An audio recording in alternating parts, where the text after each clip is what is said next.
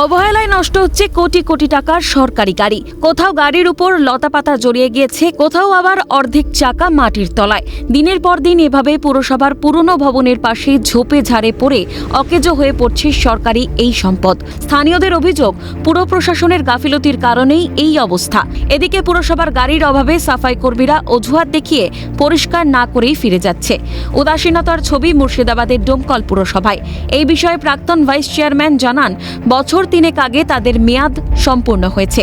এখন সমস্ত কিছুই পুরসভার পুর প্রশাসকের নিয়ন্ত্রণে, তিনি সব ভালো বলতে পারবেন। 22 থেকে মোটামুটি পড়ে আছে। আমরা লক্ষ্য করতে যেদিন থেকে পৌর প্রশাসক দায়িত্ব নিয়েছেন তখন থেকে এটা পড়ে আছে। আমরা বারবারই বলেছি প্রশাসককে বিষয়টা দেখার জন্য। তো অ্যাম্বুলেন্স আছে, ছোট ছোট গাড়িগুলো আছে, সাফাই কর্মীর গাড়ি আছে, বিভিন্ন রকমের গাড়ি আছে, নষ্ট হচ্ছে পড়ে পড়ে। সাধারণ মানুষ তো বলাটাই স্বাভাবিক। পুর প্রশাসকের বিরুদ্ধেই অভিযোগের আঙুল শাসক শিবিরেরও। আমাদের মেয়াদ শেষ হয়েছে 2022-এ, তার আগে থেকে গাড়িগুলো পাওয়া গেছে। ফলে শুধু গাড়ি বলে না, যে কোনো জিনিস যদি ব্যবহারের জিনিস যদি দীর্ঘদিন ধরে যদি ফেলে রাখা হয় তাহলে আস্তে আস্তে সমস্ত জিনিসই কিন্তু নষ্ট হয়ে যায়। ফলে আজ ফেলে রেখেছে সেটা পুর প্রশাসককে বলতে হবে। কেন তিনি ফেলে রেখেছেন তার কোনো পরিকল্পনা নেই, তার কোনো সদিচ্ছা নাই। যদিও এই প্রসঙ্গে পুর প্রশাসকের সঙ্গে দেখা বা যোগাযোগ করার চেষ্টা করলে অফিসে পাওয়া যায়নি এবং ফোনে জানা গিয়েছে তিনি বাড়ির বাইরে আছেন। এদিকে সুর চড়িয়ে বিজেপির দাবি, কেন্দ্র সরকারের টাকা এভাবে অপচয় করা হচ্ছে।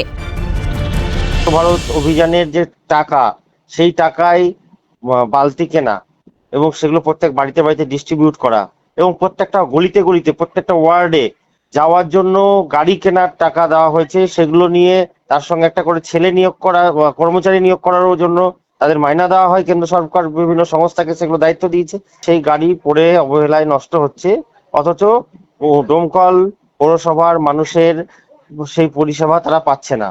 এটা কেন্দ্র সরকারের টাকার অপচয়।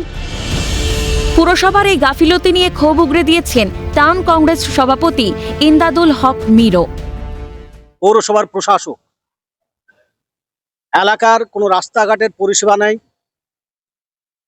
এলাকার রাস্তাঘাটের বেহাল অবস্থা, অথচ কোটি কোটি টাকার গাড়ি কিনে এই পয়সাকে একদম পুরো তছরূপ করা হয়েছে।